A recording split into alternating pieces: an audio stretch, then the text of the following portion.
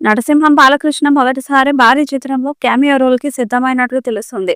Jailer 2లో అదిరిపోయే mass పాత్ర చేయబోతున్నట్లు సమాచారం.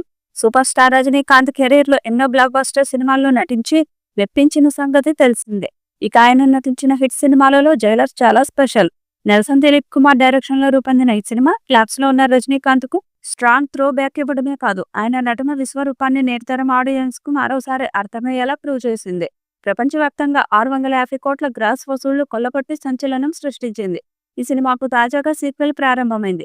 కేరళలోని ఓ ప్రాంతంలో మొదలైన షూట్ గ్యాప్ లేకుండా శరవేగంగా జరుగుతుంది. ఈ సినిమా ఫస్ట్ పార్ట్ అంతా పెద్ద బ్లాక్ బస్టర్ కావడానికి రజనీ, చరిష్మా, నెల్సన్ పనితీరుతో పాటు స్పెషల్ అట్రాక్షన్ గా Malayala super star Mohan Lal, Kannada super star Shivaraj Kumar cameo roles లో కూడా హైలైట్ గా నిలిచాయి. ఇక ఈ సినిమా కోసం జైలర్ 2లో కూడా ఇలాంటి క్యామియో రోల్ ఉండనుందని, ఆ పాత్రకు టాలీవుడ్ లెజెండ్ నందమూరి బాలయ్య నటించనున్నాడని టాక్. ఇప్పటికే నెల్సన్ ఆయనతో చర్చలు జరిపి డేట్స్ కూడా సంపాదించినట్టు తెలుస్తుంది.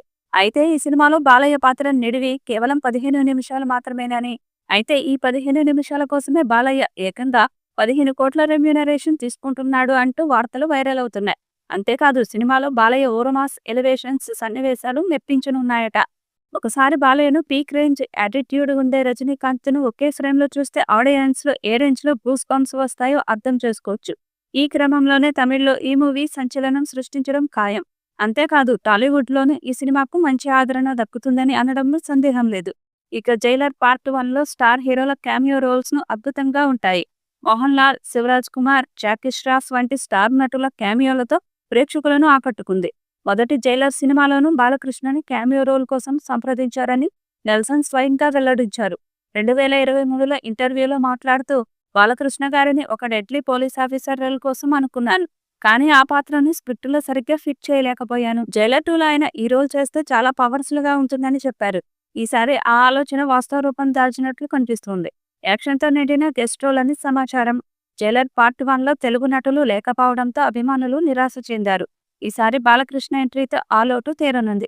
రజనీకాంత్, బాలకృష్ణ లాంటి ఇద్దరు మాస్ ఫాలోయింగ్ ఉన్న నటులు స్క్రీన్ షేర్ చేస్తే అది థియేటర్లలో విజువల్ ట్రీట్ గా ఉంటుంది.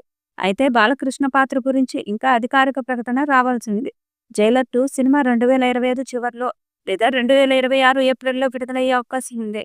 అనిరుద్ధ్ రవిచందర్ సంగీతం, విజయ్ కార్తిక్ కన్నన్ సినిమాటోగ్రఫీతో ఈ సినిమా భారీ స్థాయిలో రూపొందుతుంది. ఈ వీడియోపై మీ అభిప్రాయాన్ని కామెంట్ బాక్స్ లో తెలియజేయండి. ఈ వీడియో మీకు నచ్చితే లైక్ చేయండి, షేర్ చేయండి, కామెంట్ చేయండి. మరిన్ని అప్డేట్స్ కోసం మన ఛానల్ ని సబ్స్క్రైబ్ చేయండి. అలాగే పక్కనే ఉన్న గంట సింబల్ని గట్టిగా కొట్టండి.